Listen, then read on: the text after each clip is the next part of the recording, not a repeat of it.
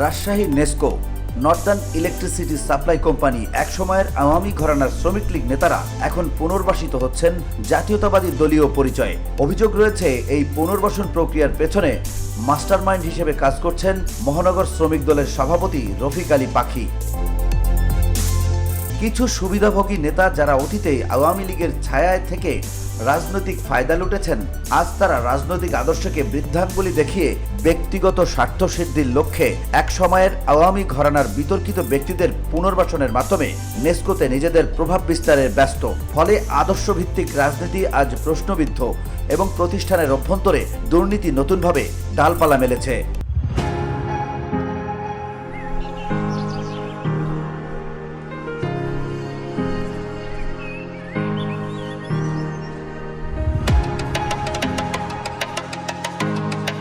রাজশাহীতে Northern electricity supply company limited NESCO এর গুরুত্বপূর্ণ পদে বহাল রয়েছেন এক সময়ের আলোচিত আওয়ামী ঘরানার শ্রমিক লীগ নেতা সিরাজুল ইসলাম। তবে বিস্ময়করভাবে বর্তমানে তিনি জাতীয়তাবাদী শ্রমিক দলের রাজশাহী জেলা শাখার সাধারণ সম্পাদক পদ অলংকৃত করছেন।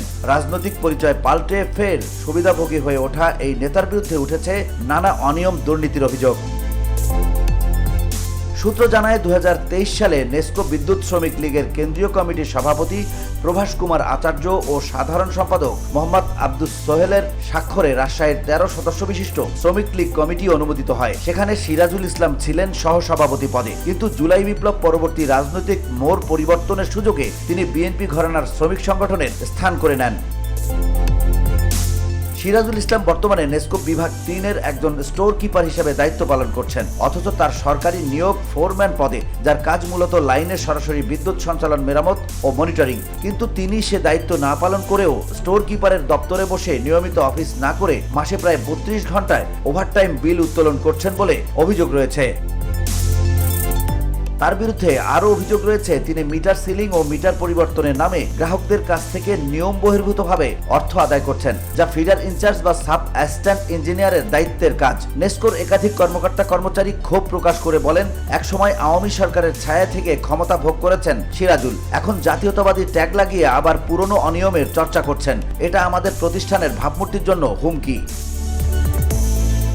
অনেকের প্রশ্ন, যারা জুলাই ৩৬-এর আন্দোলনে অংশ নিয়ে জীবন উৎসর্গ করেছিলেন, তাদের আত্মত্যাগকে উপেক্ষা করে কিভাবে বিএনপির নেতৃত্বে আজ এমন সাবেক আওয়ামীপন্থী নেতাদের পুনর্বাসন করা হচ্ছে। রাজনৈতিক সুবিধাবাদ ও আদর্শহীনতার এই চিত্রে হতাশ সাধারণ কর্মীরাও। VOD Bangla news desk.